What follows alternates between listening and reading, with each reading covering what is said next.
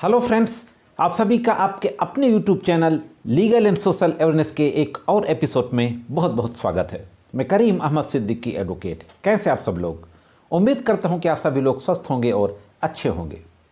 साथियों, अक्सर हम देखते हैं और मैं अपने कई वीडियोज़ में बात कहता हूँ कि दो परिवारों के बीच में शादी के बाद महिला और उसके पति के संबंध जब अच्छे नहीं होते हैं तो दोनों परिवारों के बीच में इतनी ज़्यादा रंजिश हो जाती है, इतनी ज़्यादा खटास बढ़ जाती है कि फिर दोनों लोग एक दूसरे से बदला लेने के आशय से एक दूसरे के खिलाफ मुकदमेबाजी शुरू कर देते हैं।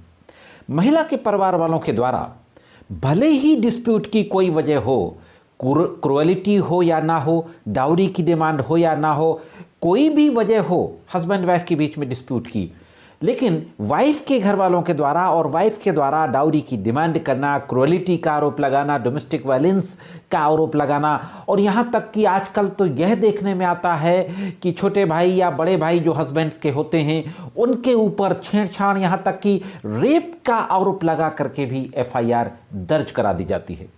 सुप्रीम कोर्ट के द्वारा अक्सर 498A के मिसयूज को लेकर के जजमेंट दिए जा रहे हैं। मैंने भी कई जजमेंट्स पे वीडियो बनाए हैं। आई बटन में मेरे 498A के मिसयूज से संबंधित जो जजमेंट है उनका लिंक है, आप डिटेल में देखना चाहें तो देख सकते हैं। अभी हाल ही में सुप्रीम कोर्ट की एक डिवीजन बेंच ने 498A यानी डाउरी के कानून को दुरुपयोग करने और व्यक्तिगत रंजिश निकालने के लिए आपराधिक कार्रवाई के संबंध में फिर से एक महत्वपूर्ण फैसला दिया है। हाँ दोस्तों, तो आज के इस वीडियो में सुप्रीम कोर्ट के उसी फैसले के बारे में बातचीत करने जा रहा हूं। बहुत महत्वपूर्ण जानकारी है, जुड़े रहे आखिरी तक, देखते हैं कि पूरा मामला क्या था और सुप्रीम कोर्ट के द्वारा कौन से गंभीर सवाल उठाए गए और कौन सी गंभीर टिप्पणियां की गई। साथियों, इस केस के जो फैक्ट थे वो भी जनरल केसेस की तरह ही थे, जैसा कि हस्बैंड वाइफ के डिस्प्यूट में होता है कि हस्बैंड वाइफ के बीच में किसी भी बात को लेकर के डिस्प्यूट हो गया, इसके बाद दोनों अलग हो गए, वाइफ ने डाउरी की डिमांड करने, डाउरी की डिमांड को लेकर के फिजिकली मेंटली टॉर्चर करने यह आरोप लगाया और यह आरोप लगाते हुए 498A, 313, 504, 506 IPC और 3/4 डाउरी एक्ट में FIR दर्ज करा दी। FIR दर्ज होने के बाद इन्वेस्टिगेशन होता है। इन्वेस्टिगेशन के बाद कोर्ट में चार्जशीट आती है। चार्जशीट आने के बाद जितने भी आरोपी थे, हस्बैंड और उसके परिवार के लोग, वो जाते हैं हाई कोर्ट। हाई कोर्ट में कार्रवाई को क्वैश कराने के लिए एक रिट फाइल करते हैं। हाई कोर्ट के द्वारा यह कहते हुए कार्रवाई को क्वैश करने से, यानी चार्जशीट और कॉग्निजेंस ऑर्डर को क्वैश करने से मना कर दिया जाता है कि पूरी केस डायरी को पढ़ने के बाद prima facie case made out होता दिख रहा है। हाँ दोस्तों, यानी प्रथम दृष्टया केस डायरी को पढ़ने के बाद यह लग रहा है कि यह अपराध हुआ है। लिहाजा हाईकोर्ट के द्वारा 498A की प्रोसीडिंग को, जो कि चार्जशीट दाखिल होने के बाद शुरू होने जा रही थी, उसको क्वैश करने से मना कर दिया जाता है। अब हाईकोर्ट के इस ऑर्डर के खिलाफ सुप्रीम कोर्ट जाया जाता है आरोपियों के द्वारा। तो देखते हैं कि सुप्रीम कोर्ट में क्या होता है। दोस्तों, जो केस सुप्रीम कोर्ट गया था, इस केस की डिटेल, पार्टी नेम और नंबर के बारे में हम लास्ट में बात करेंगे। सबसे पहले हम देखते हैं कि सुप्रीम कोर्ट के समक्ष दोनों पक्षकारों के एडवोकेट के द्वारा आर्गुमेंट क्या किया गया। जहां तक गवर्नमेंट एडवोकेट जो होते हैं, सेंट्रल गवर्नमेंट की तरफ से सुप्रीम कोर्ट में होते हैं, स्टेट गवर्नमेंट के भी एडवोकेट होते हैं, उनके द्वारा यह कहा गया कि FIR में 161 के स्टेटमेंट में पीड़िता के द्वारा, यानी जो महिला थी उसके परिवार वालों के द्वारा जो विटनेसेस थे, उनके स्टेटमेंट में यह डाउरी की डिमांड करना, डाउरी की डिमांड को लेकर के टॉर्चर किए जाने का स्टेटमेंट दिया गया है। और on the basis of statement prima facie case made out हो रहा है। बाकी विषय ट्रायल का है। ट्रायल में देखा जाएगा कि इन आरोपों की सच्चाई क्या है। फिलहाल अभी केस डायरी में जो बयान है उनके पढ़ने से प्रथम दृष्टया अपराध बन रहा है। इसी वजह से हाईकोर्ट ने चार्जशीट को क्वैश करने से मना कर दिया और हाईकोर्ट के द्वारा पारित आदेश को सही कहा गया और ये कहा गया कि इसमें इंटरफेयर करने की आवश्यकता नहीं है। वहीं दूसरी तरफ जो आरोपियों के एडवोकेट थे, इनके द्वारा यह कहा गया कि इस FIR में जर्नल एलिगेशन है, सामान्य आरोप हैं। लगातार दोस्तों सुप्रीम कोर्ट के द्वारा कहा जा रहा है अपने जजमेंट्स में कि विशिष्ट आरोप होना चाहिए, स्पेसिफिक, कैसे कैसे टॉर्चर किया गया, फिजिकल मेंटल क्रुएलिटी किसके द्वारा कब कब की गई, किस किस तरीके से की गई। There must be a specific allegations specific incidents का जिक्र होना चाहिए। स्पेसिफिक एलिगेशंस नहीं थे, स्पेसिफिक इंसिडेंट्स का जिक्र नहीं था। इस बेसिस पे सुप्रीम कोर्ट के पूर्व जजमेंट्स का हवाला देते हुए इस कार्यवाही को क्वैश करने की प्रेयर की गई। अब दोस्तों देखते हैं कि सुप्रीम कोर्ट के द्वारा कौन सी महत्वपूर्ण बातें कही गईं और फाइनली किस तरीके का आदेश पारित किया गया।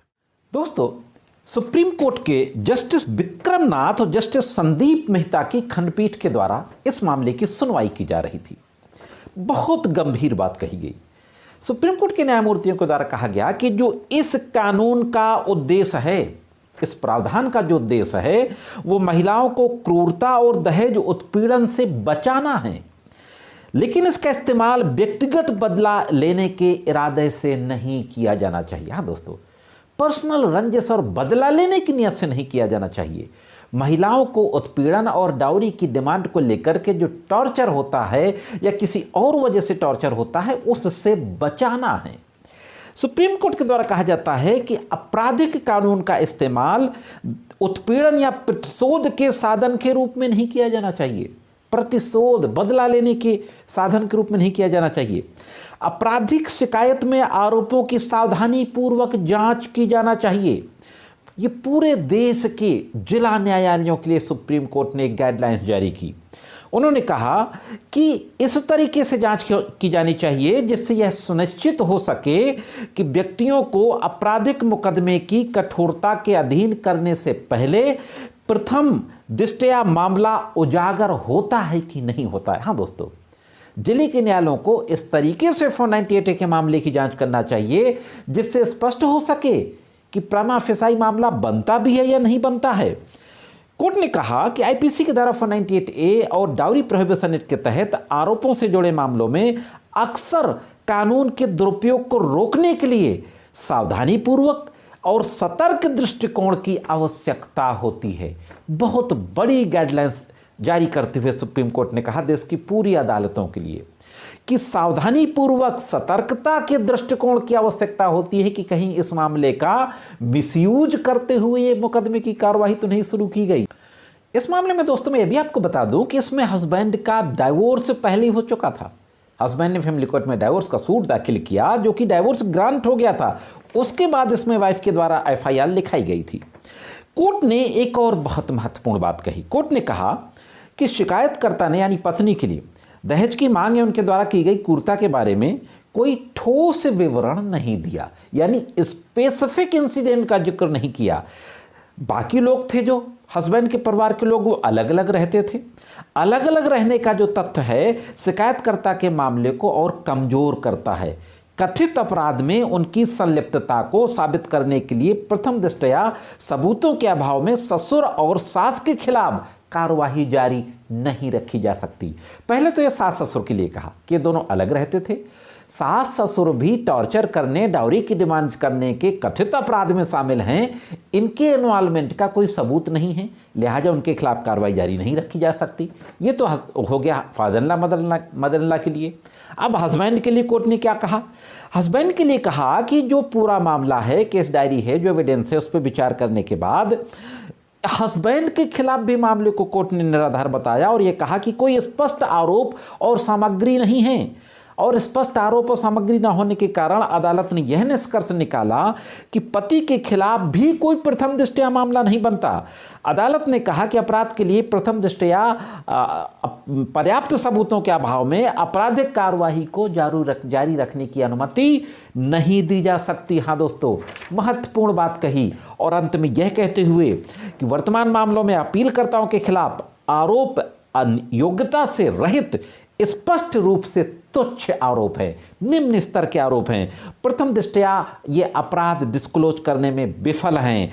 ऐसी परिस्थितियों में अगर आपराधिक कार्रवाई को जारी रखने का अनुमति दी जाती है तो यह कानून का दुरुपयोग होगा। इसके परिणाम स्वरूप न्याय की विफलता होगी, फेलियर ऑफ जस्टिस होगा। दोस्तों, इस तरीके से यह बात कहते हुए इस मामले की कार्यवाही को हस्बैंड, सास ससुर सभी के खिलाफ रद्द कर दिया गया, क्वैश कर दिया गया। यह जो मामला था साथियों, पीबी कृष्ण भट्ट बनाम state of Karnataka special appeal जो थी CRL नंबर 1754/2024 सुप्रीम कोर्ट की बेंच के द्वारा ये फैसला दिया गया। जानकर कैसे लगी कमेंट्स करके जरूर बताएं। जानकारी अच्छी लगती हो तो वीडियो को लाइक और शेयर करते रहा करें। अगर आप चैनल में नए हो, वीडियो को पहली बार देख रहे हो तो चैनल को सब्सक्राइब करके बेल बटन को हिट करके ऑल पे जरूर सेट कर दें। आज की वीडियो में सिर्फ इतना ही। मिलते हैं किसी अन्य वीडियो में कानून की कुछ अन्य जानकारियों के साथ। तब तक महत्वपूर्ण जानकारी के लिए देखते रहें लीगल एंड सोशल अवेयरनेस।